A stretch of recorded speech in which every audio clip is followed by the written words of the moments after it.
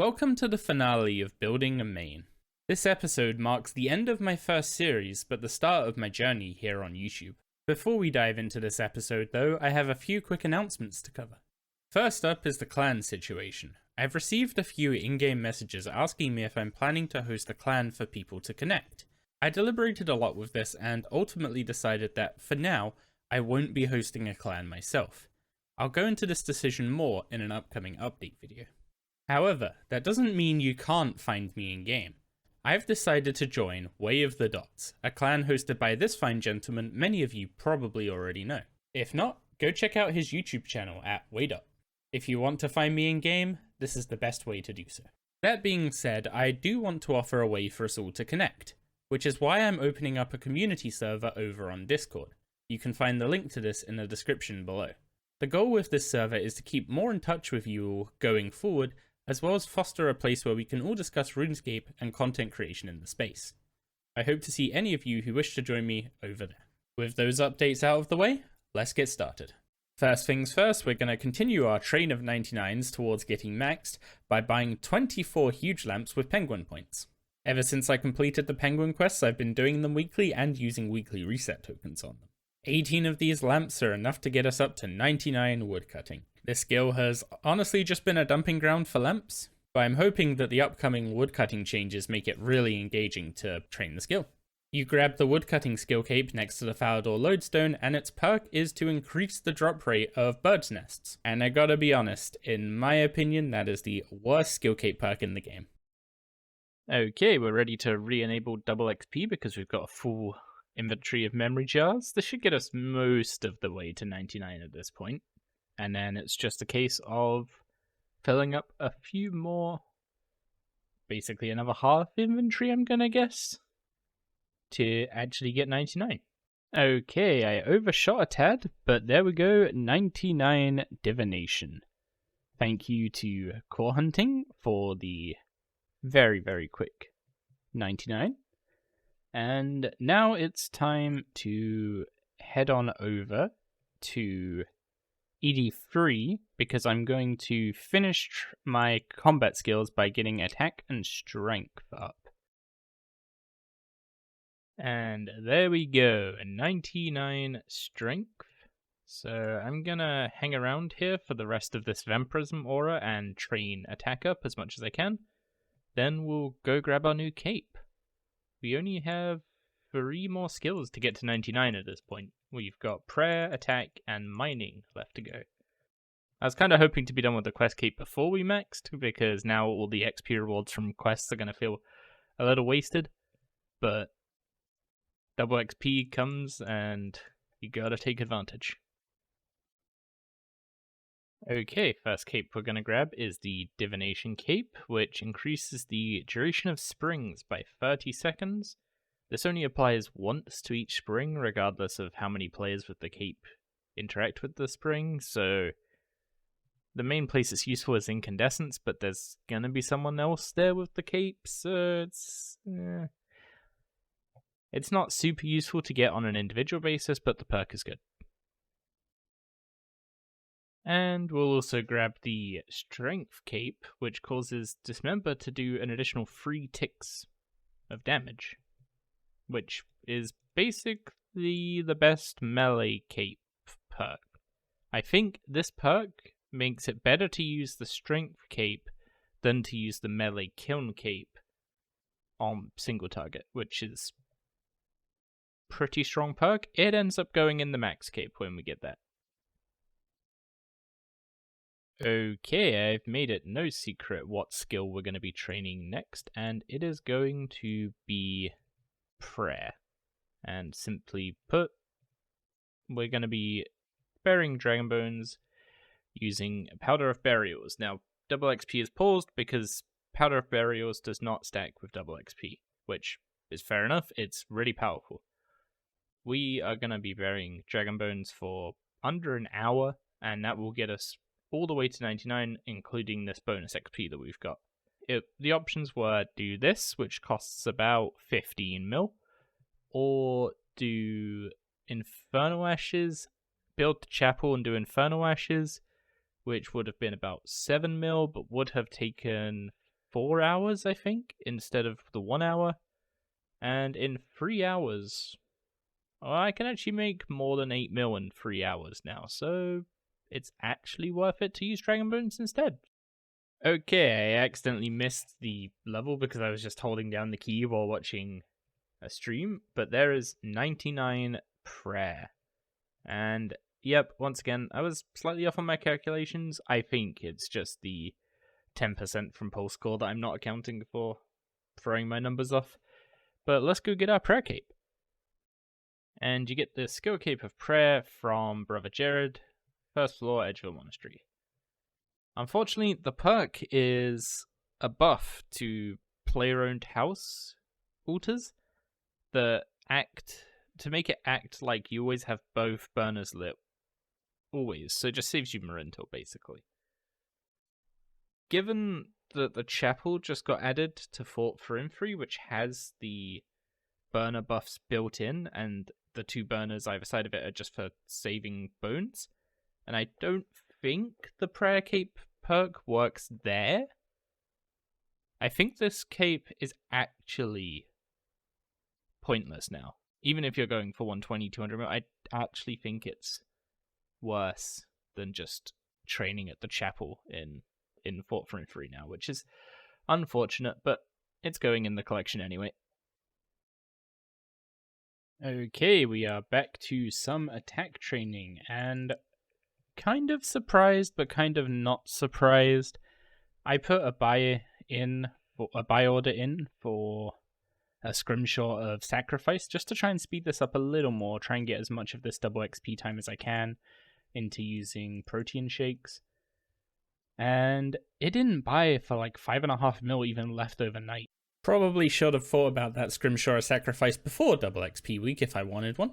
But the plan for the rest of our double XP time is get 99 attack and then just start using those protein shakes we banked up. I'm not going to bother using the double XP on mining because I can just train that super AFK. And there we go, 99 attack. One more 99 to go in mining, and unfortunately I can't pause the double XP timer because I recently had to pause and unpause it, so I'm just going to get straight on with doing some Herblore training. I have a absolute boatload of protein shakes, so I'm going to get through as many of these as I can in the remaining time. Let's see how far we get. Okay, so we got to 102 Herblore from our remaining double XP time, and since then we've just been chilling mining. As I said, at 92 I changed over to Light Inimica. I actually had to make the Pickaxe of Earth and Song to do this because the Imkando pickaxe is tier 80, so it gets reduced rates against the tier 90 rock. So we did end up having to make the Pickaxe of Earth and Song. Didn't miss anything not seeing the creation of that. It's literally just crystal plus Imkando plus a blast fusion hammer on any anvil, and there you go, job done. So it kept our perks from the Imkando pickaxe and all the item XP, and yeah, we can actually AFK Light Inimica with this setup. While we wait for our mining level to tick up, it's time to start finishing off the quest cape. Starting off with the Brink of Extinction. And there is Brink of Extinction complete. So that's 100k mining XP, which is very nice. And we can now make Obsidian Armor. Now, this was released to help with the Fight Kiln, because it was relatively difficult on release. Quite an endurance test, and the Obsidian Armor greatly reduces the damage you take from all of the Tazar, Tok'kar, etc. That Obsidian Armor also works in the Zook fight.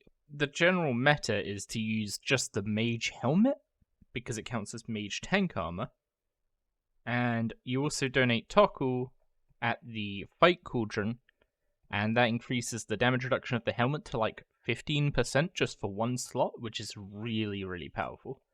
The next quest on our list is One Piercing Note, a quest that used to be more important because it lets you make illuminated god books, which I'm going to go grab our god books and do that now. Okay, if you bring your god books to this bookmaking table, you can perform all 4 of the options. Each one seems to take 200 prayer points, or maybe it's just 20%. I'm assuming it's exactly 200 because 20% won't quite turn out to 190.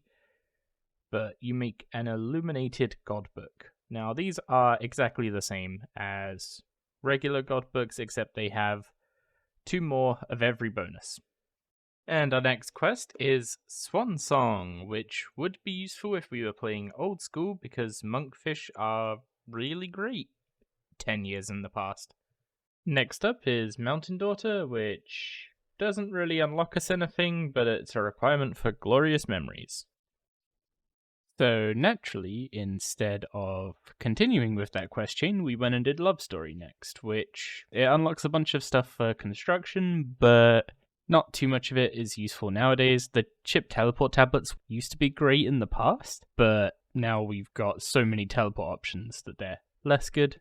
And for the Xenavivia fight, I highly recommend Legacy because she prayer swaps more aggressively than Tormented Demons, and it's really annoying when not using Legacy. And then for a random beginner quest that we just never did, Myths of the Whitelands.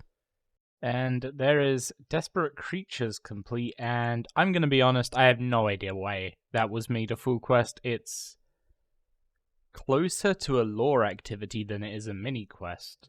Next quest was Shadow over Ashdale, which gives you access to a weekly D&D to get these black pearls that give you bonus experience.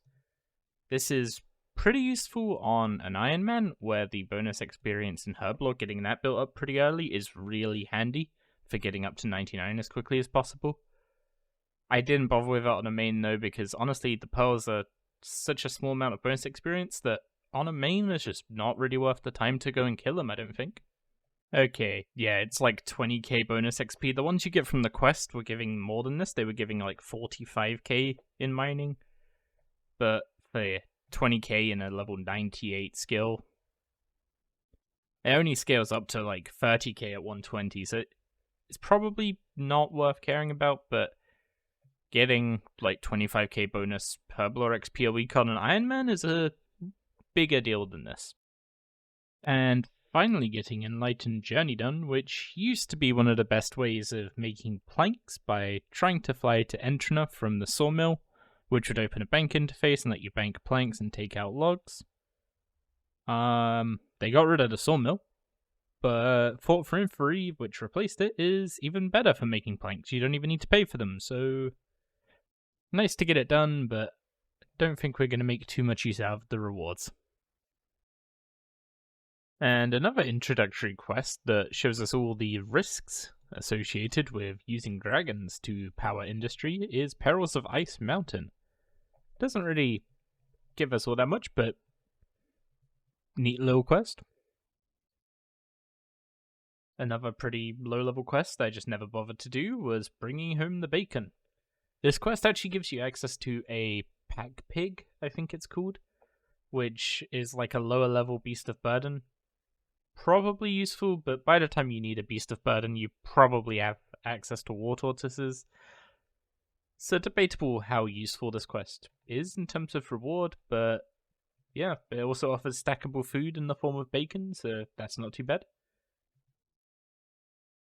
And next up was the Gower quest, which is just a pretty fun meta-narrative quest, really. Nothing else to it. It's fun. I enjoy it once. That's what I'll say about the quest. It's a fun thing to do once. And that's Evil Dave's Big Day Out complete, which, to be honest, I kind of wasted most of the experience. I forgot how much XP this gives, but the requirements for this quest are actually really low. So a common thing to do is actually rush the Evil Dave part of Recipe for Disaster, and then do this quest for the magic XP, and that gets you pretty high up in magic, and then you can go and do like ED3 or whatever your training method is.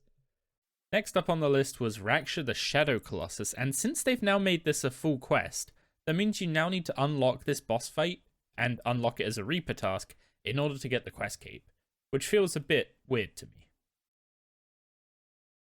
And we just stopped a little kid from torturing a town over a toy train. And that's Salt in the Wound complete, which is the end of the Slug Menace questline. Bit of useful XP, but the main thing is that you get more bound ammo and runes in Dungeoneering, which is pretty useful. And I wasn't sure if this actually existed, because the last time I played, you could only go up to 400 quest points at Maze Caravan. But nope, there is a tier 5 magical dice now. Let's see what this gives us. A bag of clues, which looks to be a fortunate component, and 5 mil. That is pretty nice. Okay, we've got 5 quests left, and I've been knocking out some of the non-quest, non-skill prerequisites, which mostly comes down to having done the hard Fremennik diaries. You didn't really miss much, that's one of the simpler diaries.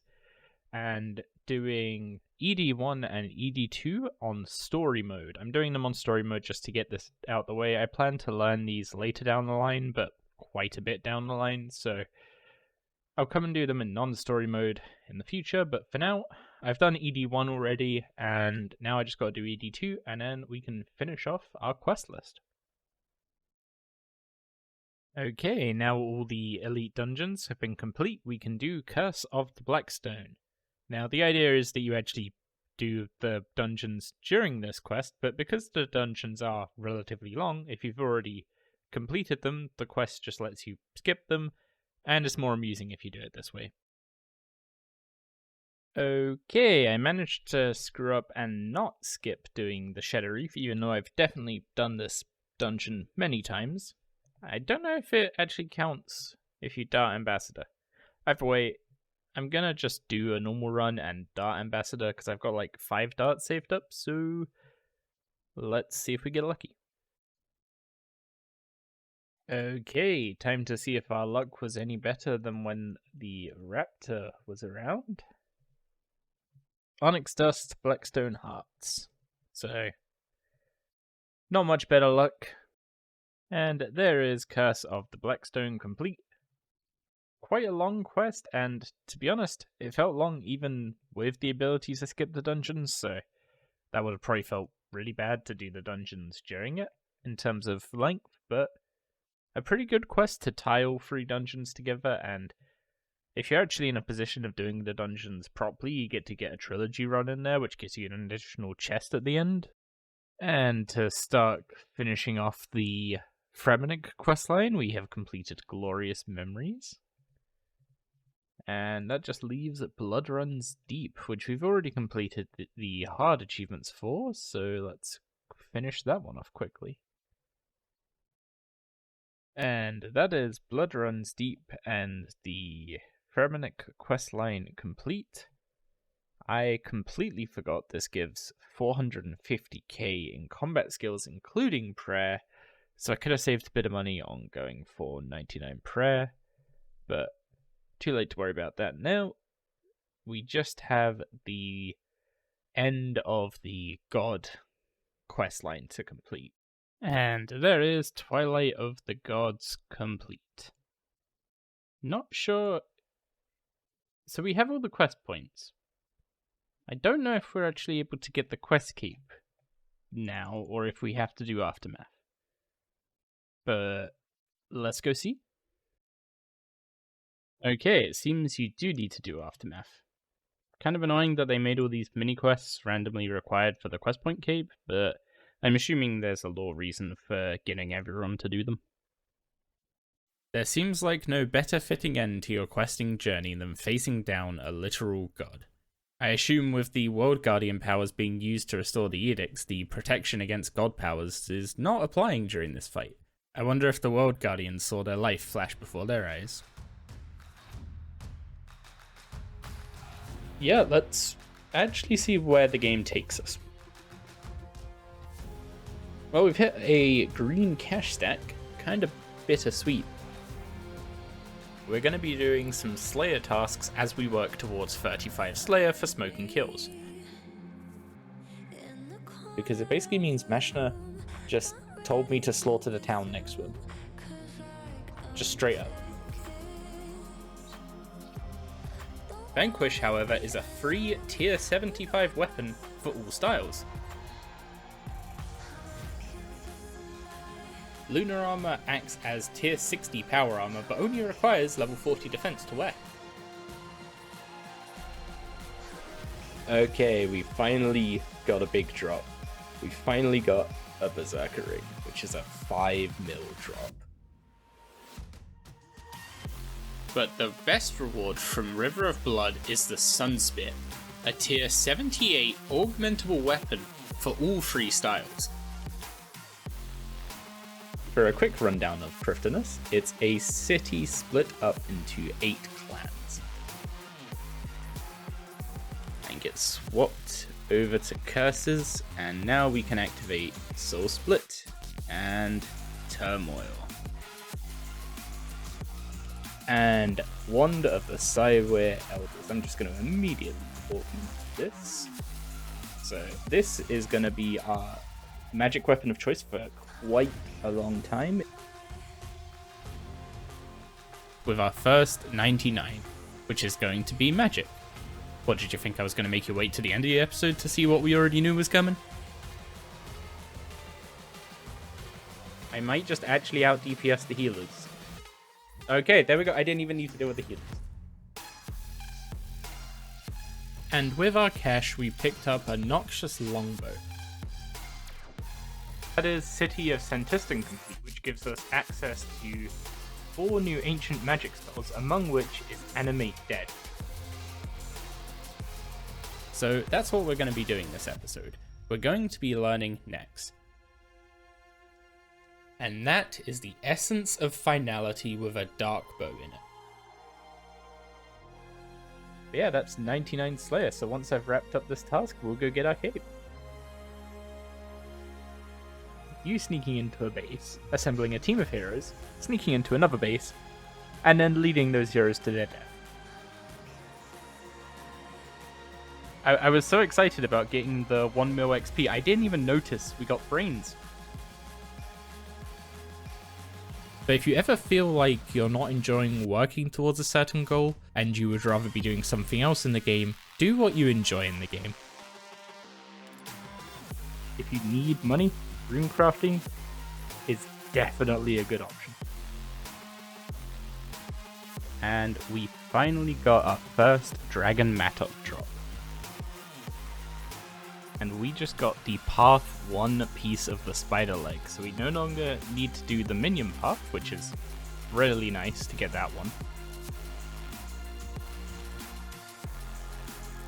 Okay, 62 mil. 62 mil for getting 99 fishing.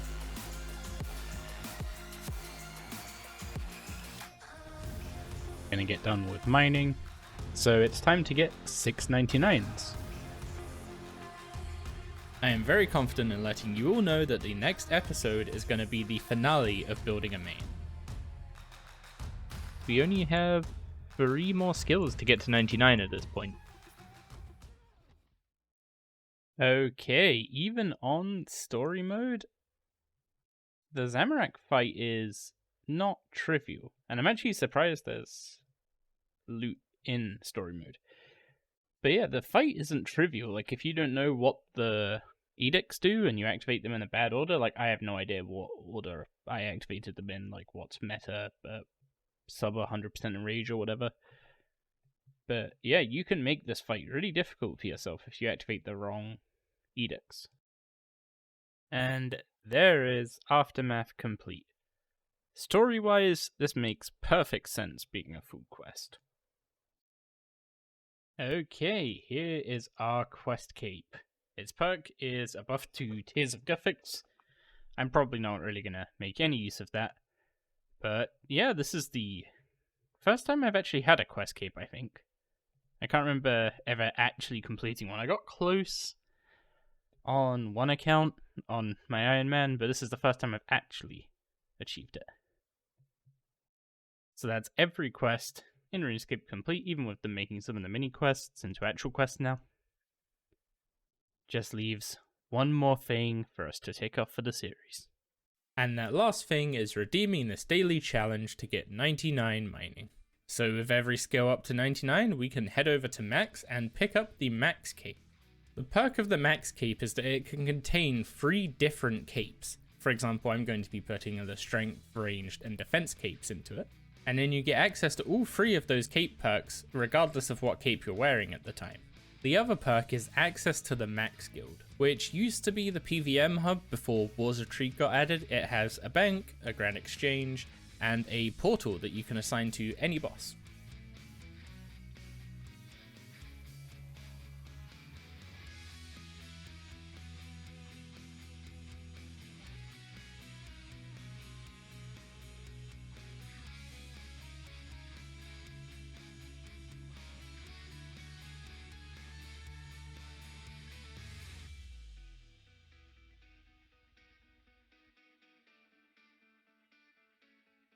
As I said at the start of the episode, the series may be over, but the journey on YouTube has just begun.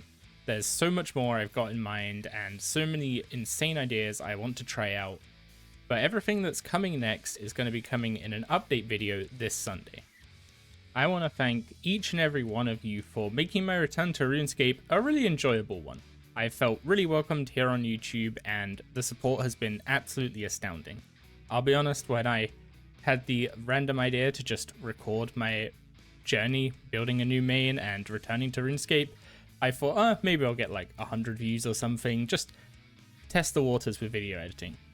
I never could have expected what actually happened, and I am absolutely floored, and I just really want to say a massive thank you to each and every one of you who has liked any of my videos, who has subscribed, who's left any feedback, or provided help in any way. You've all been amazing, and I hope to keep providing the best content I possibly can going forward. But now though, as always, I hope you all have a wonderful week, and I'll catch you again next time.